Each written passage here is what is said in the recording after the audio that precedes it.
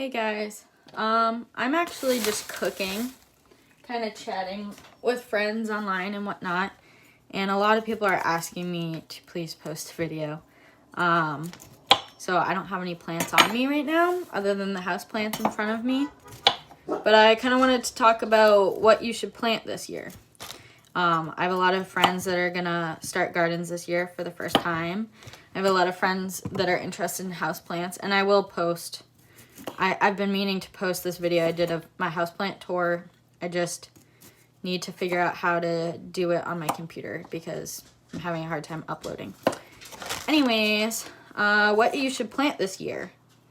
And by the way, this is not edited, so sorry if there's weird pieces in here. What you should plant. My most successful plants last year were my cucumbers, as a lot of people know. Beans and peas. These are like the easiest things to grow, is beans, peas, cucumbers. Actually lettuce was very easy. I did the lettuce and kale. I wanted to try spinach and I never got around to it. Here in Maine it's kind of cold, so they pretty much grow all year. They would rather be planted in the spring. That's when you're gonna get the best harvest, but I had it all year round. I was really shocked, and it was really good quality. For herbs, the easiest to do is dill, cilantro, and basil. The best is dill. Dill grew so easily, and it spreads like wildfire. And when like the pollinators come and birds start eating it, it was showing up everywhere in my garden. It was pretty awesome. For flowers and whatnot, my best advice is always plant perennials. It's gonna reward you year after year, and you're not gonna be spending all this money because people will buy these pretty flowers that are annuals and they last a year, if that. Some of them die really easily, and you're kind of wasting your money. You spend $3 extra on a perennial and it's gonna last you all season, and it's gonna come back for years, and that's, to me, more rewarding.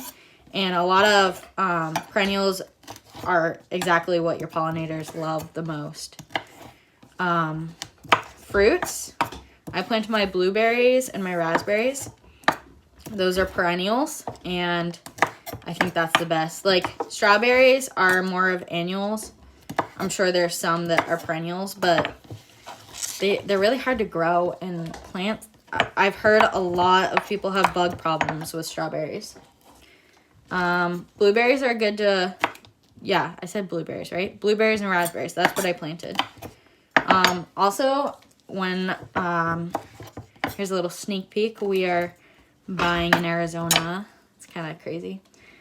But the first thing I want to do is buy some fruit trees.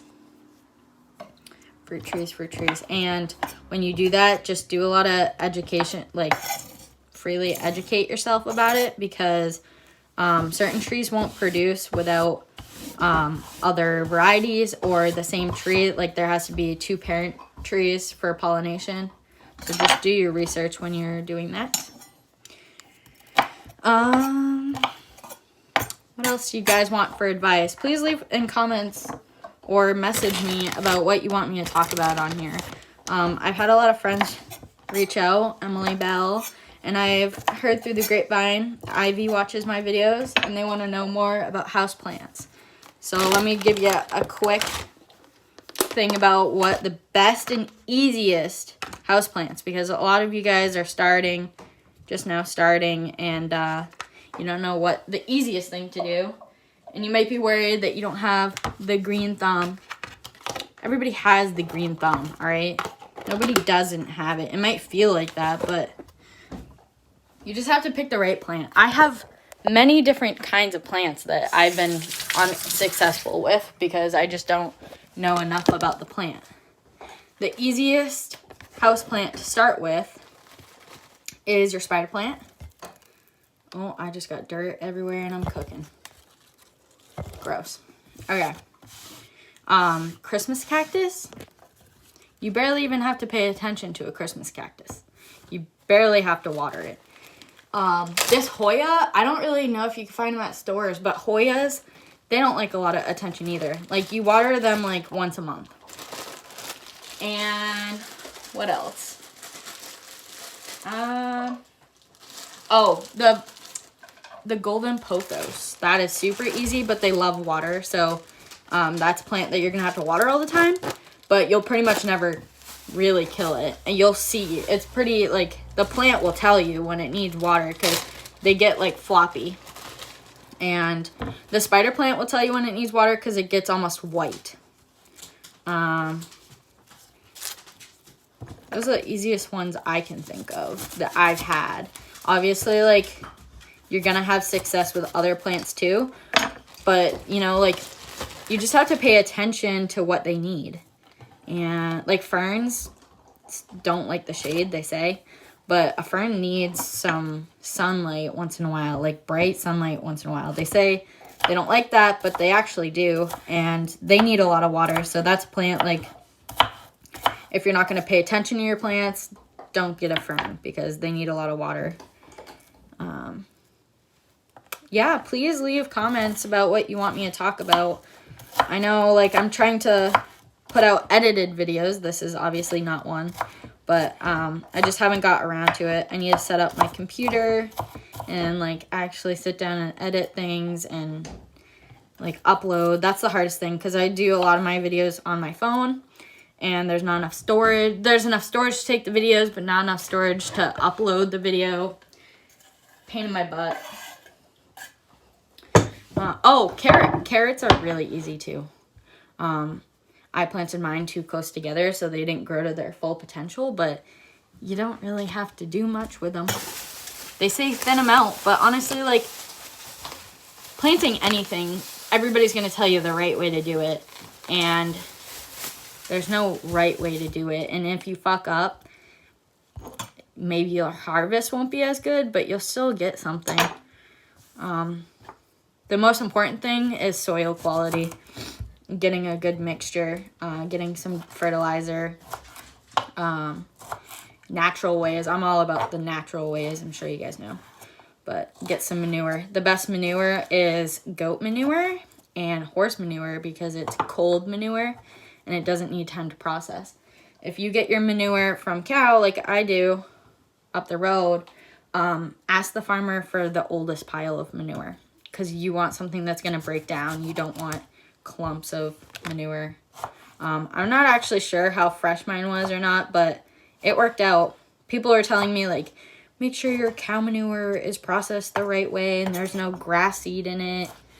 If you're starting out farming and you have no expectations, which is the best way to go, you can't set expectations because if you intend on having a certain amount of harvest, you're going to be disappointed if it doesn't work out. So just be nice to yourself and just say, hey, I'm going to garden. That's the best way to do it because if you're intending on canning and doing this and it doesn't work out, you're going to be disappointed. Just trust your garden, trust your soil, and yeah, pollinators, obviously. Pollinators, plant flowers in your garden. That's the biggest thing. And then inside, you know, I don't know. But spider plants are the easiest thing to start with. They can grow in water. They can grow in soil. They produce babies like crazy. So if you buy one spider plant, you're going to have a ton more later. Just make sure they're not in a closet. Because Emily had hers above a refrigerator. It wasn't a spider plant, but it was above a refrigerator in a kitchen, and it didn't have much for sunlight. That's why it died. She knows. But yeah, if you need advice or anything, please message me on YouTube, social media. I have an Instagram if you guys didn't already know. I think it's Kalia's Garden. Please follow me, ask me questions. Have a good day.